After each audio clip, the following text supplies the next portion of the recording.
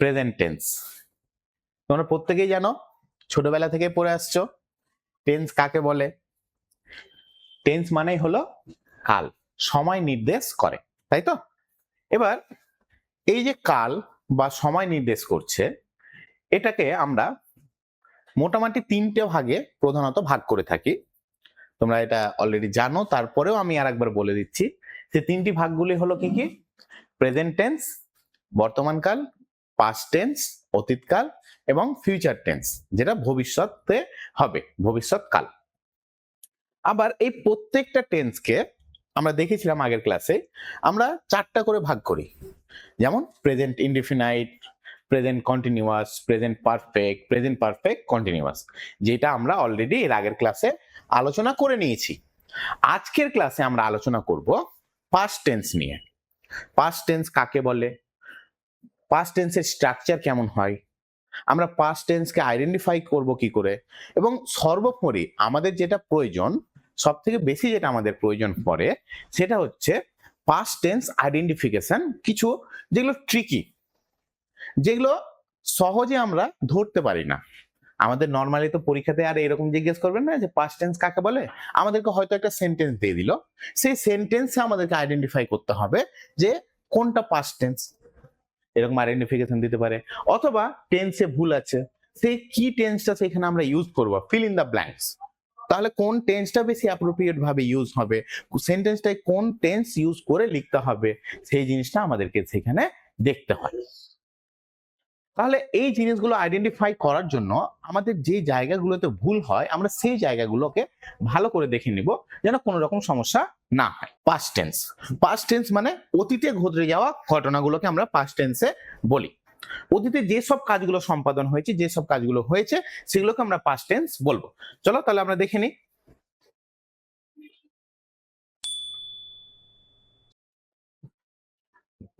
Past indefinite. Past indefinite কোনটা?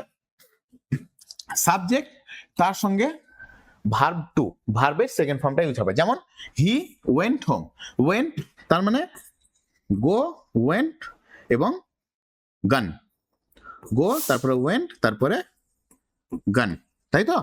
First second third, তাহলে আমাদের এখানে ভার্বের সেকেন্ড ফর্মটা ইউজ হলো, হি ওয়েন্ট হোম। তাহলে সাবজেক্ট আর এখানে ভার্বের সেকেন্ড ফর্ম। নেক্সট দেখো ইউজ টু, আমরা কোন একটা কাজ যেটা আমরা অতীতে করতাম, যেটা আমার অভ্যেস ছিল, অতীতে অভ্যেস ছিল, এখন আমি বর্তমানে সেটা হয়তো করি না, তাহলে সেই জিনিসটা বোঝানোর জন্য আমরা ইউজ টু ইউজ করি। খুব ইম্পর্টেন্ট, যে কোনো এক্সামে, যে কোনো আমাদের কম্পিটিটিভ এক্সামের জন্য এটা খুব ইম্পর্টেন্ট একটা জায়গা।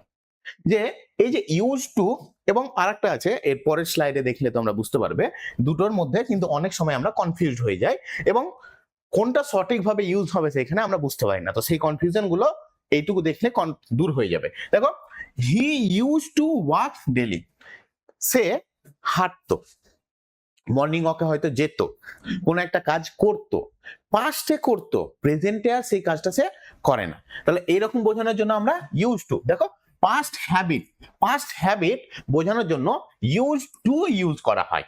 দেখো নেক্সট এরপরের স্লাইডটা দেখো, তাহলে আরো বুঝতে পারবে। উড, রিপিটেড পাস্ট অ্যাকশন, উডটাও ইউজ করা হয় কোন পূর্বে, আগে পাস্টে কোন একটা কাজ আমরা করতাম সেটা বোঝানোর জন্য আমরা উড ইউজ করি। একই রকম ইউজ টু এবং উড দুটোরই কাজ একই, কিন্তু তার মধ্যেও কিছু পার্থক্য আছে, যে পার্থক্যগুলো আমরা পরের স্লাইডগুলোতে দেখলে বুঝতে পারবো। কিন্তু তার আগে এটা বুঝে নাও, হি উড ওয়াক ডেলি। দেখো উড মানে কি, এখানে দেখো he use to walk daily আর he would walk daily, would মানেই হচ্ছে ইউজড টু। ঠিক আছে, এবার দেখে নাও, আমরা would, we use would to talk about something, আমরা would কখন ব্যবহার করি সেই জিনিসগুলো দেখে নিই। that happened again and again in the past, বারবার বারবার করে যে কাজটা পাস্টে, বারবার বারবার করে যে কাজটা পাস্টে হয়েছে সেটা বোঝানোর জন্য আমরা would ইউজ করি। usually as a habit, যেটা আমার অভ্যেস ছিল, আগে অভ্যেস ছিল এখন নেই। often in storytelling, আবার গল্প বলার ক্ষেত্রেও আমরা ইউজ করি। It's similar to use two, তাহলে দেখো আমি যেটা বললাম অলরেডি, যে উড মানেই হলো use to. Use to would দুটো সিনোনিম, একে অপরের সিনোনিম, কিন্তু সামান্য একটু পার্থক্য আছে, সেই পার্থক্যটাও আমরা দেখবো। But there is a small difference. কি পার্থক্য আছে? ইউজেস দেখো, if someone did something regularly in the past, we can use subject plus would plus verb এর ফার্স্ট ফর্ম। তাহলে কিরকম? when I was a child, যখন আমি শিশু ছিলাম, I would play cricket in the field every evening, আমি তখন খেলতাম, ক্রিকেট খেলতাম, আমি খেলতাম নর্মালি বাগানে প্রত্যেক সন্ধ্যাবেলায়। যখন আমি ছোট ছিলাম আমি প্রত্যেক সন্ধ্যাবেলাতে তখন খেলাধুলো করতাম। আবার my grandfather would tell us stories at night, আমার ঠাকুরদা আমাদেরকে গল্প শোনাতো রাত্রিবেলাতে।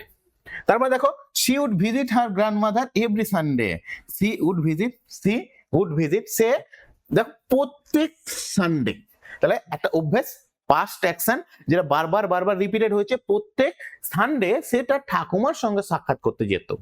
আবার এখানে আমার ঠাকুরদা আমাদেরকে প্রতিদিন রাত্রিবেলায় গল্প বলতো। তাহলে এই যে এগুলো সবগুলোই কিন্তু আমাদের একটা পাস্টের কোন একটা অ্যাকশন যেটা বারবার রিপিটেড ওয়েতে হয়েছে, কিন্তু এখন আর হয় না। এই জিনিসটা বোঝানোর জন্যই আমাদের উড ইউজ করেছে। এরপরে দেখো, ডিফারেন্স বিটুইন উড এবং ইউজ টু। ইউজ টু কোন জায়গাতে আমরা ইউজ করতে পারবো আর উড কোন জায়গাতে আমরা ইউজ করতে পারবো। ইউজ টু নিয়ে কোনো সমস্যা নেই, কিন্তু উড নিয়ে সমস্যা আছে। দেখো তাহলে বুঝতে পারবে, both talk about past habit. আমাদের পাস্ট হ্যাবিট দুটোই কিন্তু পাস্ট হ্যাবিটকেই বোঝায়। পূর্বে বা পাস্টে আমি কোনো একটা কাজ করেছি সেই জিনিসটাকেই বোঝানো হয় উড ইউজ করে। ইউজ টু বা উড দুটোর মধ্যে যে কোনো একটা ইউজ করে আমাদের পাস্ট হ্যাবিটকে বোঝানো হয়। পূর্বে কোনো একটা আমার কাজ, যে কাজটা আমি করে থাকতাম। কিন্তু ইউজ টু ক্যান ডেসক্রাইব, কি ডেসক্রাইব করতে পারবে? Past habit, past state. Use to কোন একটা স্টেট মানে অবস্থা, আমার কাছে কিছু আছে এরকম বোঝানো, বা আমি কিছু একটা করে থাকতাম। যেমন উদাহরণ দেখো, I use to live in Kolkata, he use to smoke. তাহলে দেখো, I use to live in Kolkata, এখানে কিন্তু আমরা যদি লিখে দিই I would live in Kolkata, তাহলে এই উডটা কিন্তু এখানে উড কিন্তু আমরা ব্যবহার যদি করি তাহলে এটা সেন্টেন্সটা পুরোপুরি ভাবে ভুল। আমি এখানে উড ইউজ করি না, করতে পারি না, আমরা এখানে ইউজ টুই ব্যবহার করতে হবে। তারপর দেখো, he use to smoke, he would smoke, এটা আমাদের করলে ভুল হবে। নেক্সট দেখো, উড কি বলছে? Would only describes repeated action not states. কোন অবস্থা কখনোই উড দিয়ে বোঝানো যেতে পারে না। আমার পূর্বের কোন একটা অবস্থান, আমার অবস্থা কিরকম ছিল সেই জিনিসটা কখনোই বোঝানো যায় না। আবার he would walk every morning, দেখো he would walk every morning, he would live in Kolkata, এটা কিন্তু ভুল, যেমনটা এখানে তোমাদেরকে দেখালাম। হি উড ওয়াক কোন একটা কাজ করতো, সেই ক্ষেত্রে আমি বোঝাতে পারবো, কিন্তু সে কোথাও থাকতো, কোনো কিছু তার কাছে ছিল, এই জিনিসগুলো বোঝানোর জন্য আমরা উড ইউজ করতে পারি না। ক্লিয়ার? দেখো এই জায়গাটাই কিন্তু মেন তোমাদের ইম্পর্টেন্ট জায়গা, এই জায়গাটাই মনে রাখতে হবে। এই জায়গাটা যদি মনে রাখো তাহলে কি হবে, তোমাদের ভুলটা আর হবে না। উড এবং ইউজ টু দুটোই আমাদের পাস্ট, সিম্পল পাস্ট বোঝানোর জন্য বা পাস্ট ইনডিফিনাইট বোঝানোর জন্য ইউজ হয়। কিন্তু আমরা ইউজ টু রিপিটেড অ্যাকশন, অতীতে আমার কোন একটা কাজ বারবার করে আমি করে থেকেছি বা করেছি, এইরকম বোঝালে আমরা ইউজ টু ইউজ করতে পারি প্রত্যেক জায়গাতে।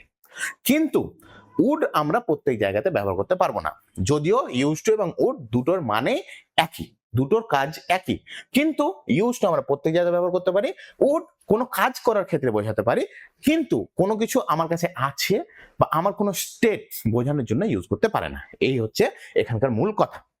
এই জিনিসগুলো দেখো তোমাকে পরীক্ষায় এইভাবে কিন্তু কনফিউজ করবে, কারণ আমরা উড এবং ইউজ টু দুটোই বোঝানোর ক্ষেত্রে আমরা এইটা ইউজ করি। ফার্স্ট টেন্স বোঝানোর ক্ষেত্রে আমরা দুটোকে ইউজ করি। আমাদেরকে মনে রাখতে হবে যে আমরা কোন সময় কোন জিনিসগুলো বোঝানোর জন্য আমরা সেটা ইউজ করতে পারবো, সেই জিনিসটা আমাদের খেয়াল রাখতে হবে। ঠিক আছে? বেশ।